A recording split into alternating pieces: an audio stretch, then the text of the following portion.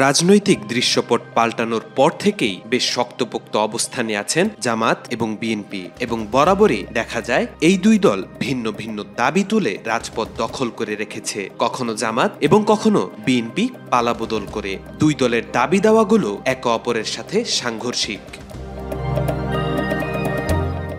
জামাতের একটি দাবি হচ্ছে নভেম্বরেই গণভোট হতে হবে এবং জুলাই জাতীয় সনদ বাস্তবায়ন আদেশ জারি করতে হবে, অন্যথায় 11ই নভেম্বর অর্থাৎ আগামীকাল ঢাকা অচল হয়ে যাবে, এমনটাই ঘোষণা করেছিলেন জামাত নেতা মিয়া গোলাম পরোয়ার। অপরদিকে বিএনপির দাবি গণভোট আর জাতীয় নির্বাচন একই দিনে হবে এবং নির্বাচিত সরকার এসে জুলাই সনদ বাস্তবায়ন করবে। এসব দাবি নিয়ে বহু আগে থেকেই চলছে জামাত বিএনপির কথার লড়াই। এবার সেই কথার লড়াই রূপ নিতে যাচ্ছে রাজপথের লড়াইয়ে। জামাতের সাথে যোগ দিয়ে এই দিন মাঠে নামবে আরো 7 দল।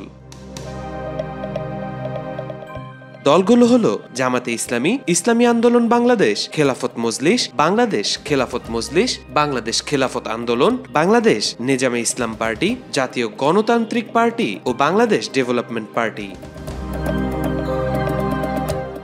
এই দলগুলোর 5 দফা দাবি হলো জুলাই জাতীয় সনদ বাস্তবায়ন আদেশ জারি ও ওই আদেশের উপর নভেম্বর মাসের মধ্যেই গণভোট আয়োজন করা, আগামী জাতীয় নির্বাচনে উভয় কক্ষে বা উচ্চ কক্ষে পিআর চালু করা, অবাধ, সুষ্ঠু ও গ্রহণযোগ্য নির্বাচনের লক্ষ্যে সবার জন্য লেভেল প্লেইং ফিল্ড নিশ্চিত করা, ফ্যাসিস্ট সরকারের সব জুলুম, নির্যাতন, গণহত্যা ও দুর্নীতির বিচার দৃশ্যমান করা এবং স্বৈরাচারের দোসর জাতীয় পার্টি ও 14 দলের কার্যক্রম নিষিদ্ধ করা।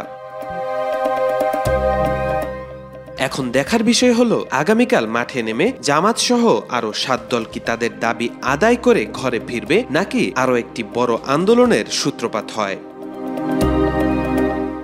তাওফিকুল ইসলাম, আজকাল।